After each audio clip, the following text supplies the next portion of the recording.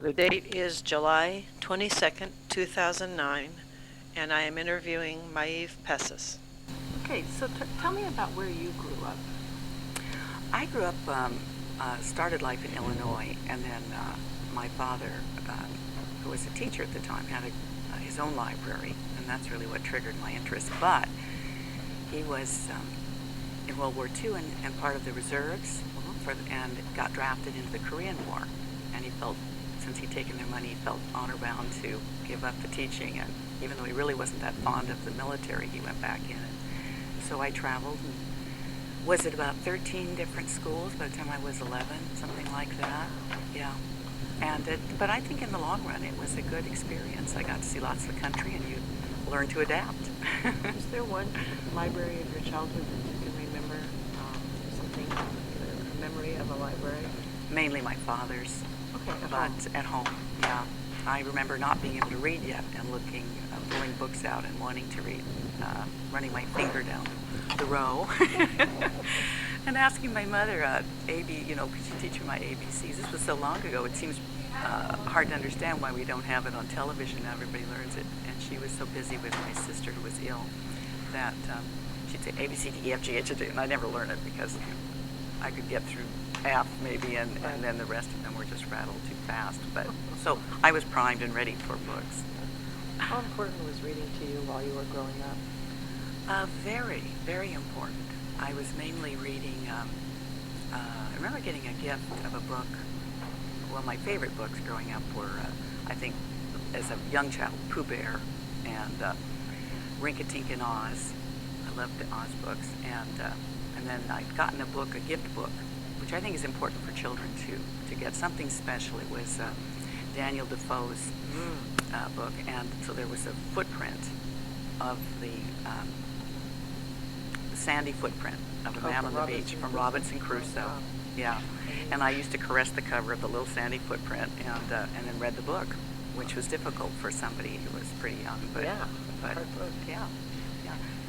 Mainly English classics. By the time I was 11, I'd read all these tragic romances. And I think when I hit puberty, my dad gave me a book, and Mom a book on Katie and her camera. I don't know why I remember that title, but it was such a stupid book. It had a happy ending. Everybody lived.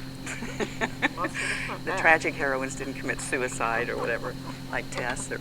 Anyway, it was unusual, I think, reading list for my age group. Probably. Sometimes we pick what we have. That's right. That was sort of what it was. Now, since you moved around a lot as a young person, is there sort of a community awareness you have of any one place or communities in general? Probably Illinois, but I think it brings you a real, you get a certain sense of tolerance for diversity, I think, when you move around. Mm-hmm. And you appreciate the differences. I think that's what I learned to appreciate. Not the sameness necessarily, but I have things I like. But I think there's an appreciation for other people's point of view, other people's.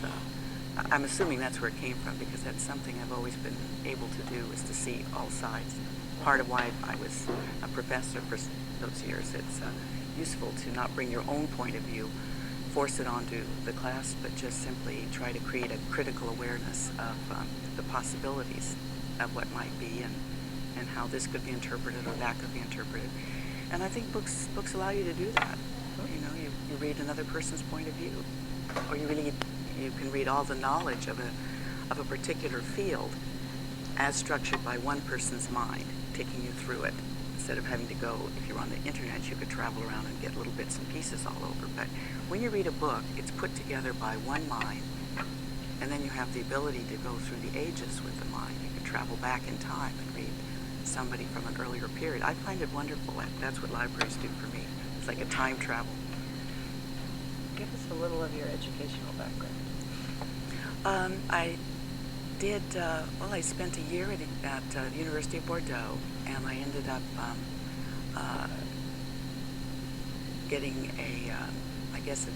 my degree from Cal, and then a master's degree there, and then I did all my coursework for the PhD there. Taught at 2 universities, Berkeley, and then large university, Alberta in Canada, which is the provincial capital.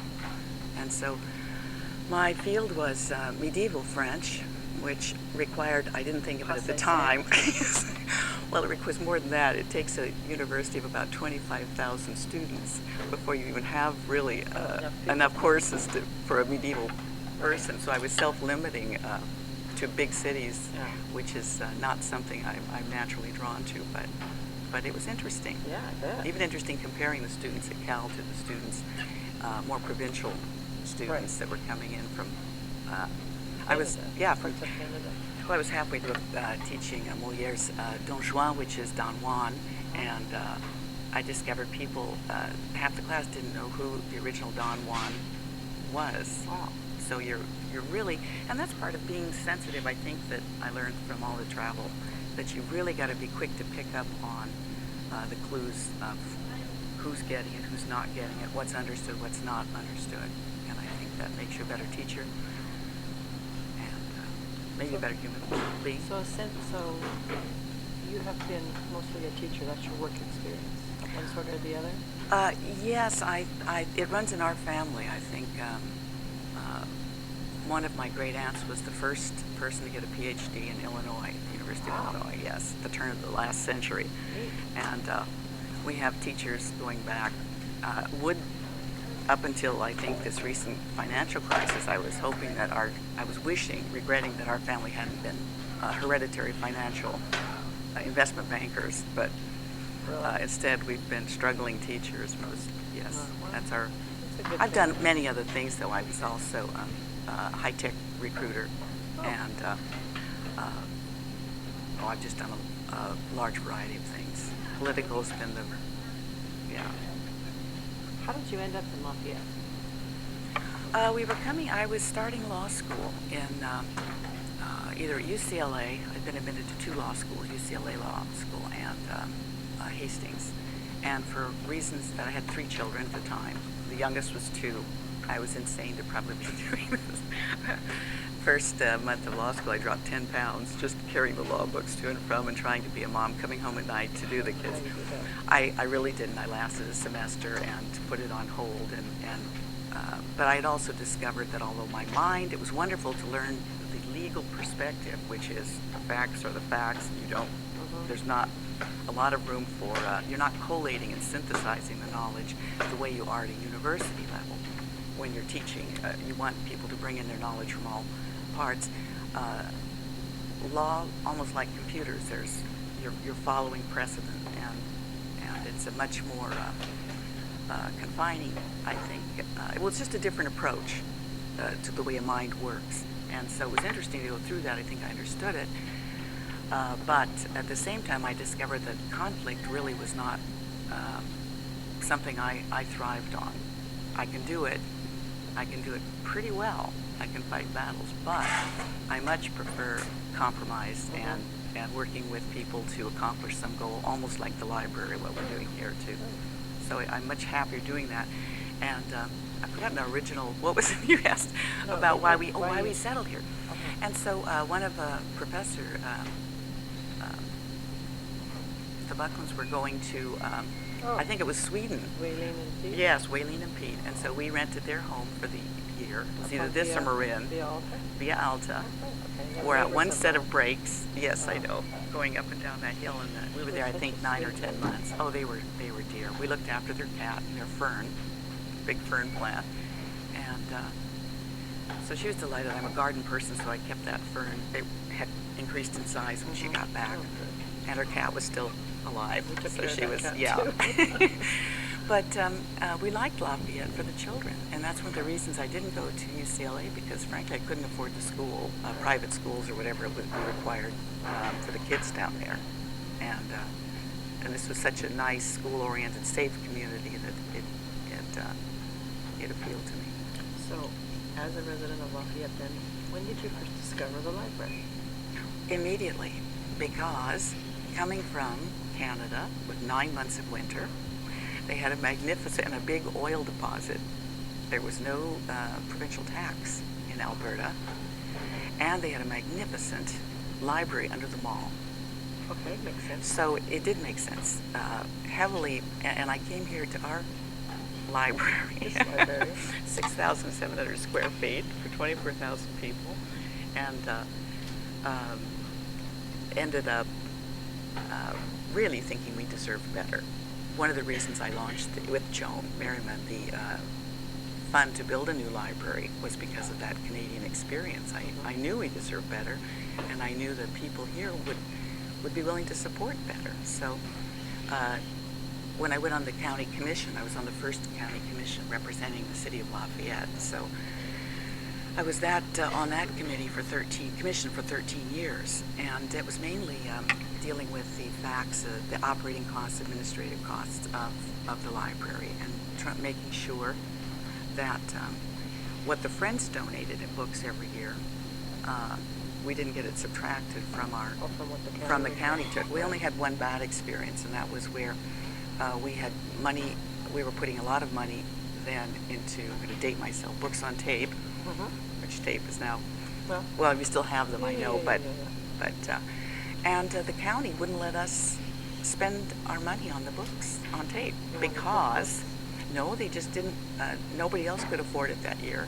And so what nobody else could afford meant we could, according to the then county administrator, he said that therefore he wasn't going to let Lafayette buy books. I tried to point out to him that whatever was acquired by Lafayette would be available to the entire county, and that some of these books on tape were only put out one year. And if we lost that year, we would lose the ability to even get those books the next year when everybody had money. So it fell on deaf ears. So that one year we did not get funding. But other than that, our budget was well looked after, and except for the regular cut cycles of problems with. One thing I did notice, and this made a lot of drew my attention, was if you started with an equal a particular budget for the library, and this would be the county library, whole county library system, and they would put in X amount for books, X amount for staff. Eventually, the staff costs rose, and since it was a finite budget, the book cost, or the cost of collections and materials, would diminish down. Because be that reduced. would increase as well. Well, they weren't increasing the budget to accommodate the so increase in you staff had costs, to so it get diminished somewhere. exactly. And then we were also in the budget because they had forgotten libraries to include libraries after Prop 13. We were there with the firefighters and mosquito abatement. And we shared one pool of money, so when the firefighters went out for an increase, as rotten as it was of us, we had to go out and oppose it because it would have diminished our library budget. So I think we're still in that same pool, Or worse off. and we're probably worse off today, which is very sad. It is. But hopefully we'll be able to actually increase our hours in the new library. We're hoping. Do you personally use this library? I have. I did for the first probably 20 years, actively used it, but I have found that my own, and wonderful books are here, just wonderful books. But I've run through a lot of the ones, and I've got a tremendous library at home. Great. And I'm now retiring. I mean, I'm hitting 65 next month. So, or September actually. And I've looked at this huge collection, and I have not read it. Good for you. I've read a lot of it, but not all of it. And I'm thinking, do I have the lifespan left to actually read this? And so I've focused right now on trying to read through my own collection. Yes. But how do you feel a library serves a community, maybe particularly of ours? Well, for me, it's got such a personal attachment that and as I said, I try to look at it from many points of view, but I've noticed that the way I use a library isn't the way everybody uses a library. Some people come in, you remember I've been a past president of the Friends, and so after every meeting I would leave and go check out books. But I found a lot of people used the financial section at one time. These are pre-computer. Now, of course, you've got the computer access, but people can still use the computers. And others use the travel. I know when I was on the Friends board, we made sure we had travel information updated, although now you can do that from computers and probably maybe more easily. I use it, as I said, just because it's fun to explore. I love the concept of putting, and they used to do this in Edmonton too, put the new collections out where people could see them when they walked in. Or even books, not just seasonal books, but you could put out books on any topic. I love that, getting into a new topic where I can read through the row. I know. And so just browsing the stacks, if you come in and look for something, even coffee table books. Right. I went through the African art section because that was a minor when I was younger. Found somebody had cut out all the pictures of key pages. I was really heartbroken because we had to now rebuy them. I mean, they were damaged. They seriously damaged the books, but that's another topic. Books on tape, I always used to come in and read those when I was cleaning closets or doing some disgusting job that I needed to take my mind off. Ironing, whatever, you know. There's just a wonderful way to use the library in all senses. Children's programs came in when I had young children, and when I was doing the programs for the library, we used to bring in programs of fashion shows. I remember wearing a Cal 1920s cheerleader outfit for the fashion. And we used to have Christmas programs. I don't think you call it that any longer. I would design the arts, the graphic art. Was editor-in-chief of our 400-page annual when I was a senior in high school, and so it was fun laying out those little cards that would go out. But we had different choirs coming in, so we bring in Akalani's choral groups, or Happy Valley, or Lafayette Elementary School at Christmas, and hire the Santa and give out candy. It was just heartwarming. And then there's story time with the children's, the librarians. And what we don't have right now is quite a while ago, it's been a number of years now, we had adult books and adult book groups affiliated with the library, and Like a book club kind like a book club, and the librarian would sometimes conduct those programs, sometimes another person would, would do it. It was really wonderful for our senior population because we have Chateau Lafayette right nearby this library, and it'll still be near the other Well, library. maybe it's something that could be revived, And it's something, they are putting some more senior housing in down there. I know they are, and so that's one of the things, if the poor seniors can cross that street, that would be wonderful use. I'm a little sorry that we didn't put more effort into, I think, finding what senior needs especially existed. I almost think we needed a place for seniors. Well, there are rooms that can be used, and I think that this is going to be a place with lots of chairs and couches, and somewhere you can come, you can buy coffee, and Yes, so it could be out. Come and have a big living room. Yes. I was kind of hoping, as you probably, or maybe you don't remember, but when we did our original poll of the city, back when we did city offices, I actually was on the city committee to build city offices in the 90s, and got drawn into that committee because I got a phone call about what would I think of a 5,000 square foot library as part of the city offices. All right. That was a waste. So this was in the 90s, so I ran right, I think it'd be I forgot when it was, 495 anyway, ran right down to the committee the next meeting and told them we currently had a 6,700 square foot library, so a 5,000 would be ridiculous. And that we were really counting on a 12,000 to maybe 14,000 one if we could manage to double it. That was our goal. And so when that poll came out, following that, the city council, because our recommendation was to go pay for city offices at that point, was a low point in the real estate cycle. We could have gotten the buildings very cheaply. And the city council did not make a decision. They went to the public to ask, and the poll showed that there was widespread support for a public library with a public meeting room attached to it for after-hours meetings. Right. And very little support for paying for city offices building. So we were good to go on When they were looking at the Kaiser when they were Estate. looking at the Kaiser Estate, right? And I think they were looking at a building across from Hungry Hunter that was on the other side of there was another one for sale over there. And so at that time we were good to go on the.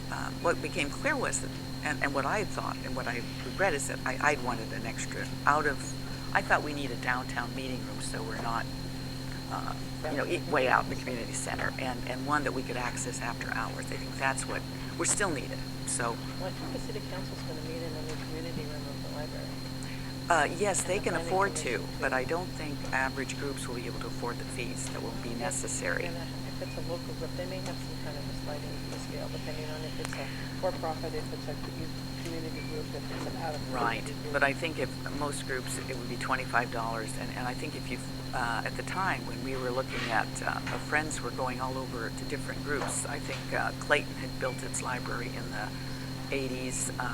Then Danville, when Danville completed its library and I went over to its opening, we actually, I invited the mayor of Danville to come over and to lunch with some of our board members, and so that we could talk about how they built their library, what it cost.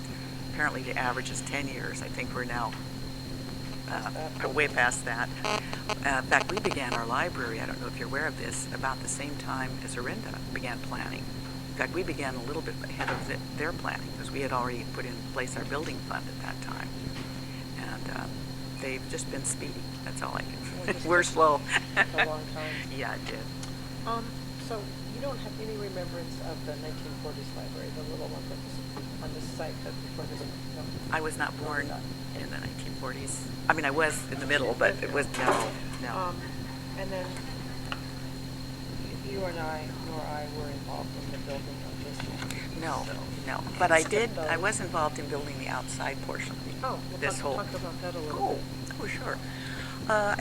I think it was in the late I think it was president in '89, one of the years. I can't remember exactly, but we had undertaken for $30,000 as a bargain. Wow. One of the problems with the early library was the cars could drive right up to the sidewalk Oh, here.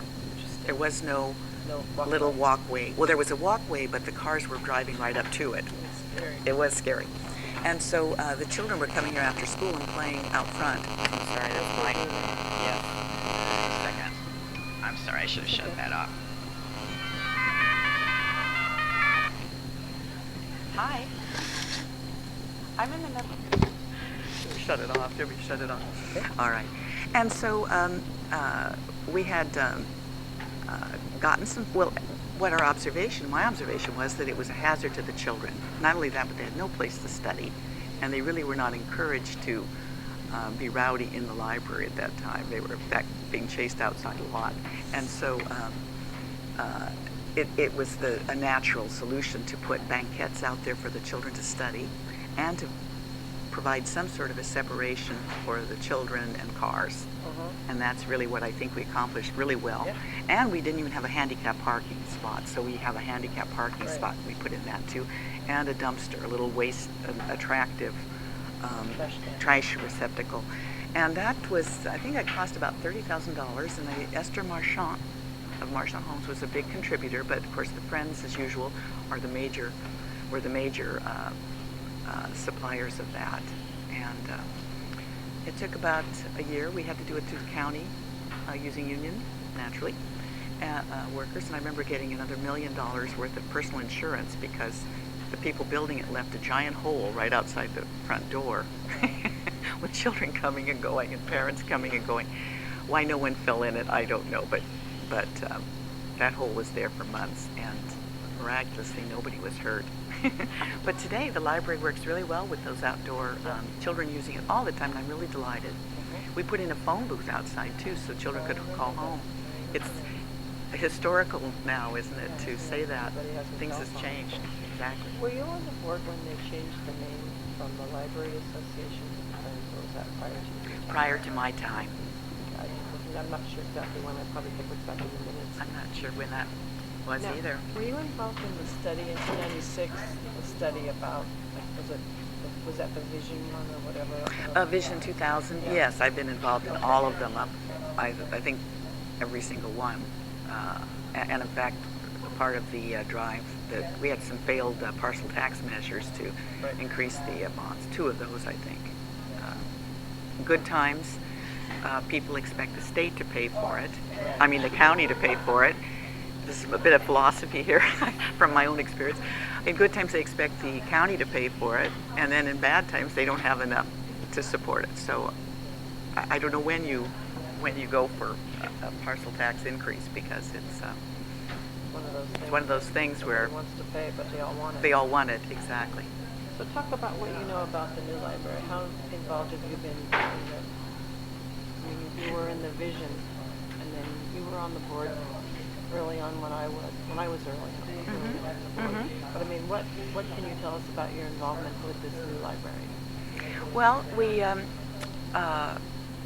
it's been so long in the making now. We're looking at, I think 2010 will make it almost 20 years since we've been in the planning. So I think the original board members, I mean, there's almost a dichotomy between what was envisaged back when we started.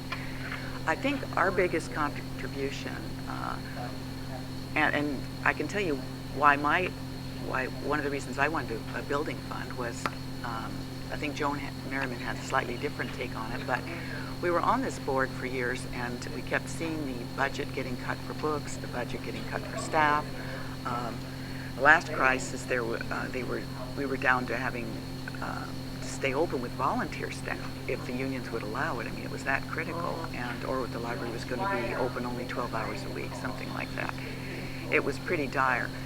Meanwhile, we were pumping a lot of money into, I think, $2,000 a year into the children's collection, and that was just to replace what was worn out. I mean, I'm delighted it's worn out because I think that amount of usage deserves to be. It was not adding new books. It was just replacing worn out things, and so so much was happening. We had bought a carpet, we had bought the children's chairs, we had put money into the stand for the, in fact, I think my last time I was called into the library was to identify what we had bought, because they couldn't get rid of, they weren't allowed to get rid of things the friends had bought. We bought these shelves, we bought the adult chairs, we bought the junior section, the computers came from Long's, we negotiated that grant. I brought in a grant from the bank, the West I think it was, for children's summer program, but we put a lot of this, we even built the counter, the checkout counter. Wow. That stuff we bought. I think that part of the history's disappeared, how much the Friends contributed to the material well-being in addition to the book budget. And I think in the late 80s, we wanted space out in the community center for that book room. And we were given it on a temporary basis. And then the council and Don Tatson decreed that the community center should pay for itself. So we were going to be paying for it. And so I went out and I actually went to the city manager at that time, it's not Steve Falk, Bob Adams, and said, is there a way that we're donating? I said, we're only working for the city now. All our money is going into the library, which is a public facility. Is there a way that the city could donate our rent every year?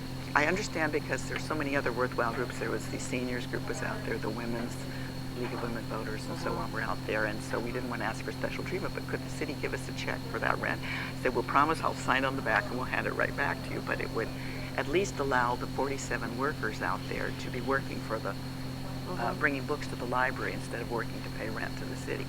And he liked the idea, and he took it to city council, and they liked the idea. And so we were able to get that room essentially rent-free as a benefit because we were volunteers working for the city. Prior to that, they had wanted to actually get rid of us altogether because they said we weren't a good use of the space. And I remember going on during I remember waiting till midnight for my turn to speak to city council. This was my first meeting I spoke at as president of the Friends, and I got up and said, they said, well, you know, exercise could earn $12,000 a year. The exercise, they used that room, and I said, we're already making that. And better yet, all of our money goes back to the city. Which benefits everybody.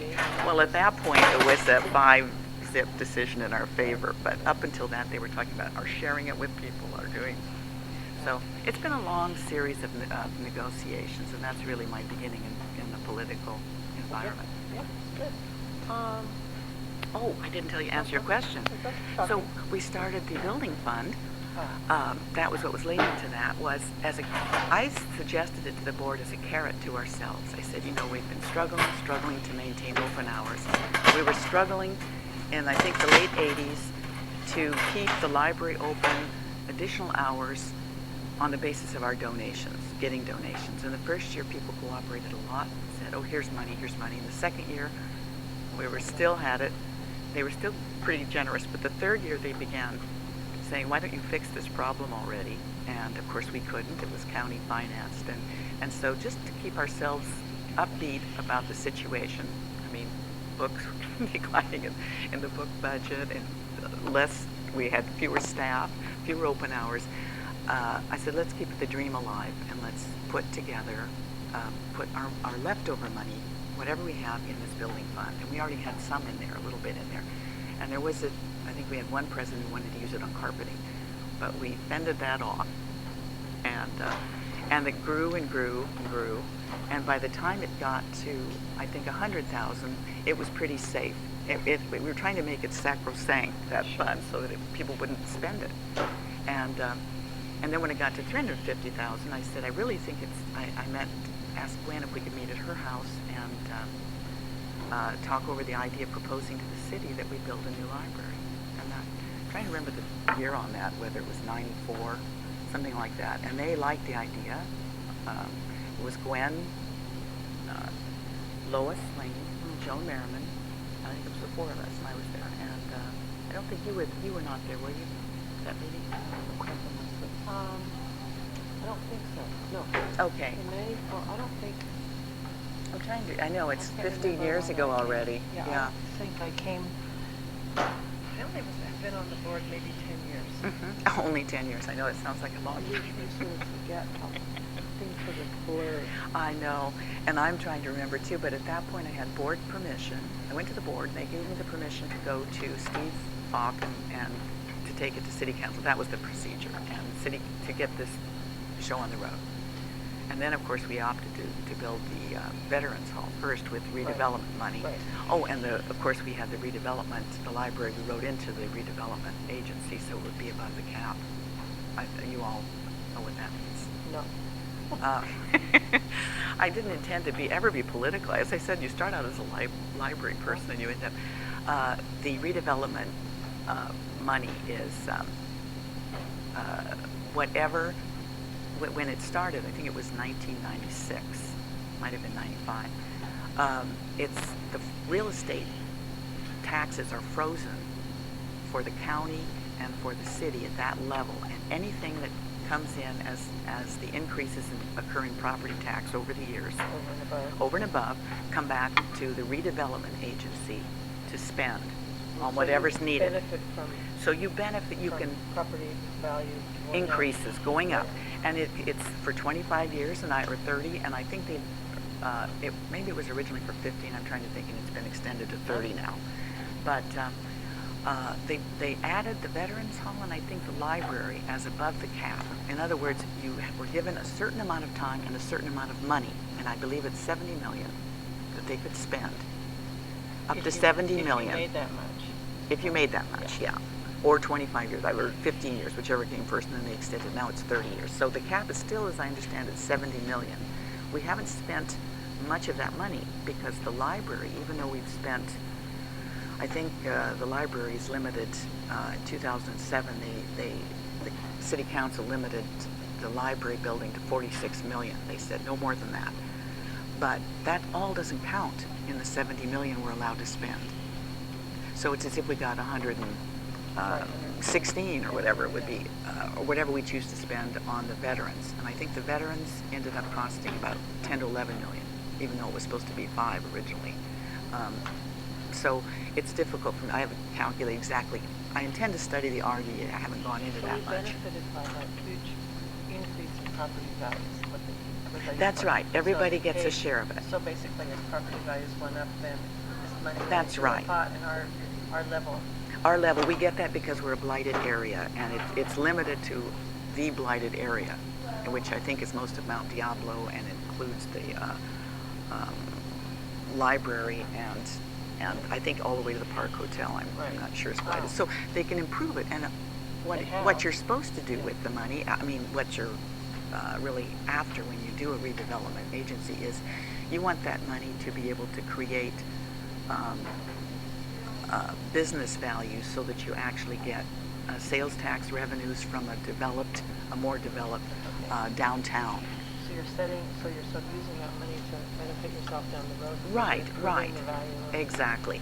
And one of the risks that I was concerned about, and I realize this may be subtle, is that when you create buildings that you need to subsidize to such an extent, like the library, but because we built so large a building, your maintenance and operating costs are substantial. They can be $1 million to $2 million a year, doubling in 14 years. And that's what Steve said, they double in 14 years. And so those can be,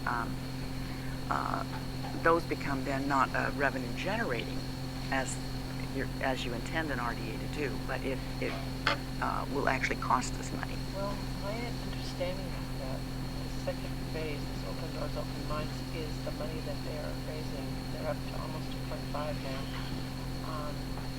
But then that money will, interest from that money will provide for the operations. And the people who are tenants in that building will be paying rent for their portion of that. Right. The problem is maintenance is $10 a square foot for Class A building.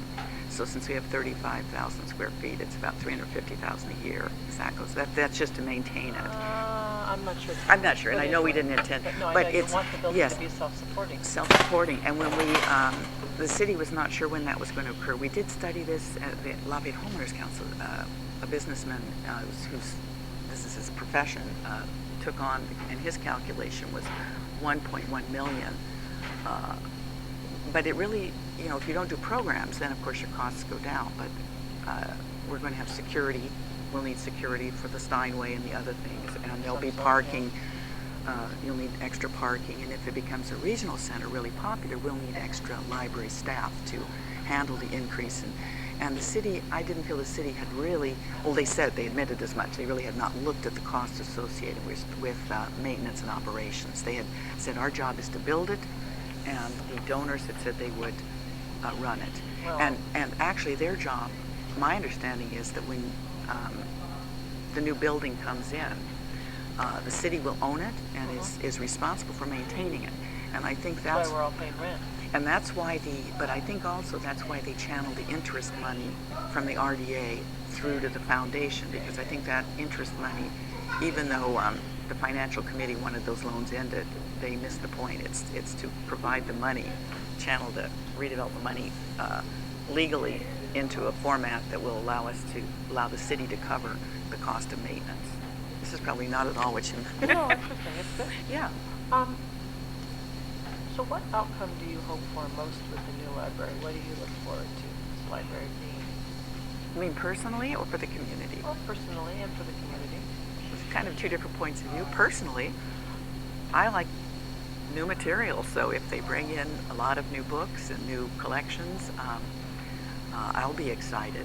And I really am so pleased that we finally, as the Friends Group, donated to me another $250,000 for books. I just was at the city council meeting last Monday night, voted another $250,000 for the architect, and that figure it's like a little pet or a gnawing in my that's the only amount, that is the exact amount that the city is putting into the library in terms of materials. And when I feel it should be so much more, at least an endowment fund for that should be created or something should be. Because that's the whole one of the purposes. I know they will, and that's why I continue to support. I love the Friends too. Great job. It was said that the internet would kill the printed word. Libraries would become obsolete. I remember Walt Wattenberg saying, I do too. Yes, yes. How are we going to avoid that? I have to share one more experience. I remember the Taxpayers Association asking me out for coffee so they could discuss this with me as a representing the Friends. And they took me to McDonald's for senior coffee. I thought it was so dear and so sweet. So mad. And so mean. And then they said, and I actually called them on, they said, hey, we're the Taxpayers Association. Support your local group. Support you well. It's interesting you say that. I think the focus has changed. I think people will use it differently from what we intended initially. From our Initially childhood. from our childhood, and actually from the 90s when we talked it over, when the Danville Library was built, when the Clayton Library was built, when Arinda's Library was built. I've looked at how children, the young people, are texting, using their iPhones for everything, and collecting information instantly on this or that. Go on the internet. You can go on the internet and find out what disease you have. I mean, it's and pictures and all. That I do think we'll need to give that some thought when it opens. I do think. Fortunately, 80% of our community is, I think, older, and that we'll keep being book lovers. And then there's the new readers that have to be trained, and so the young children will still be there. What happens to the middle group? We may need to repurpose the teen room, for all I know, into a senior area, because I really feel this is just something I haven't talked to the city about. Share the use. They're going to be using it At different times, exactly. That one room, I mean, the homework center could be used in the daytime for the seniors or whatever. Ideally, I would like to see us maximize use, as we have spent a great deal on it, and I really want us to get as much use as we can out of that Well, the friends that are hoping building. they can have their board meetings In there, yes. in that part of the library. Yes. Is there a room that will hold 26 or 28? Or you mean in the book room? No, upstairs in the homework center. There'll be tables that will be movable. That would be a great use of We that. have meetings at 9 in the morning, and right now, when, as you know, you have to We've always been here. by 11, I mean, by 10 o'clock when the doors open. These people are milling around. Oh, I know. And as we expanded our board, we used to be 18 and kind of, we could fit in the corner. Now that you're 26, you have, I know. So that's good. But I do think, and it may be unpopular of me to say that, but I do see, in fact, I brought something on the Kindle to show you Cool. today. Amazon's Kindle. This was in the Wall Street Journal. I wasn't sure if it was the Times, but Oh, law books. law books on the Kindle. And each time they put new things on, originally I didn't see that I would ever want to read a book off a computer. In fact, I still don't want to read a book on a computer. I'm not sure a Kindle. Yes. You could do it if you're not. Or be at the beach with your children around you. Yes, stand on your computer. But I think with the new travelers on BART or on airports, apparently you can pull up, take that with you. It's a small device, and I can see that, begin to see the utility of it myself. So whether we repurpose some of the library to this or that, I don't know. Change with the time. I think so. That's, yes. Different needs. Yes, I was really saddened last Tuesday to hear that San Jose was going to board up its new libraries, its new community libraries, both of them. As Not the great big one that they built. the two big ones that they're building are both going to be boarded up and closed when they're completed. Why? Community, they cannot afford to maintain and staff them and So they'll just operate leave them. for now and then hope that things will change. I think they're hoping now they can afford to finish them. You do know the state suspended the library grants, and We were so lucky that we only lost a little bit of money. 1.2 million, the last 10%, because they pay you in stages. This is according to Don Tatson. Is it more? Less than that. No, he 2 days ago, I guess it was Friday of last week, he said 1.2 million, or maybe it was Sunday. It was an email. Is it payable later when the money's available or not? Get reimbursed for that? The rules, what the instructions came down, I think in late 2008, I think they said to anybody contemplating building, don't. Yeah. If you are in construction, Oh, well, check your financing. And what happened to us is they pay in stages of completion. So since we're nearing the end, we've lost only the last bit. And it's still due and payable, I think, to us. It's still owed to us from the state. It's just given the state's situation. And actually, I've learned, in one of the things I would advise anybody following as a county commissioner of libraries or as a president of Friends would be to just keep your eye on the state funding and the county funding and try to plan. 5 or 6 years ago, number one, I don't think anybody saw this coming.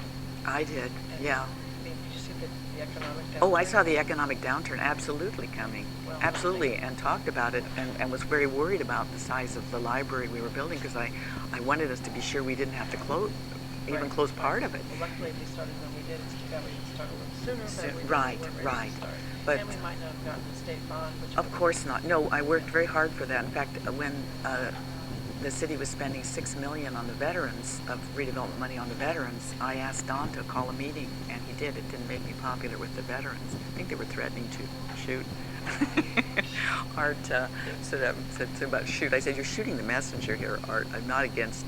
I said, "I'm an Army brat myself. I've been, military. I'm all for you to have this new building." But I said, what I wanted to guarantee is that we still have time to apply for the grant money, get our library going, so we still have time for the grant money, and that we get at least the same amount you're getting.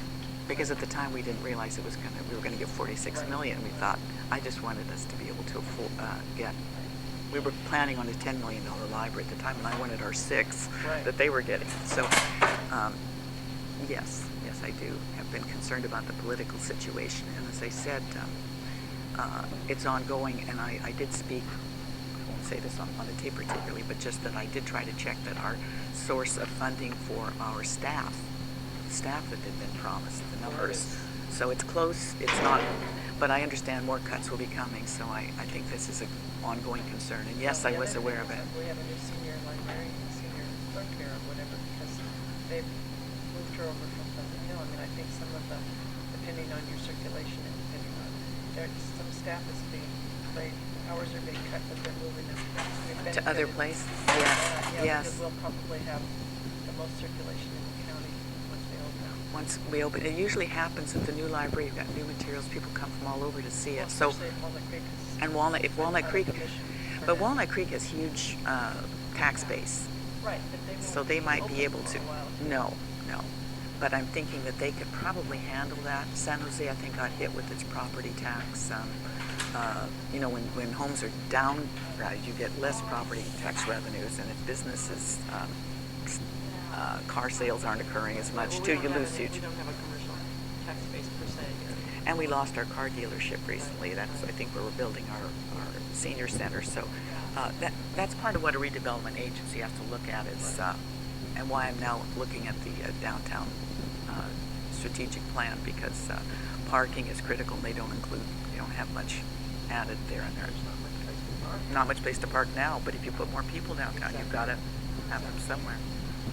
Any final thoughts, anything I've left out, anything you'd like to say?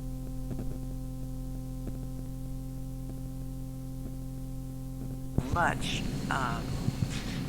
excitement and pleasure I derive personally out of books, and I would never be able to cull anything. I've tried culling my own collection, and I can't. For donations to the friends, I just keep getting myself engrossed in reading them all over again when I try to see, do I really want to part with this? And of course, I obviously am a collector. I don't.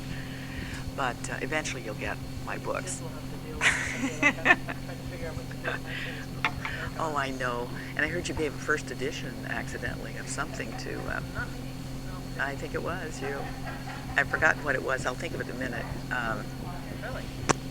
I'll come back with the title of it. It's just my brain is. Sure it was me. It's like, We haven't started to divest ourselves. yes, I think when I mention it, it will. Okay. I'll remember it in a minute. But anyway, it's just that there's such a. It's the knowledge in books.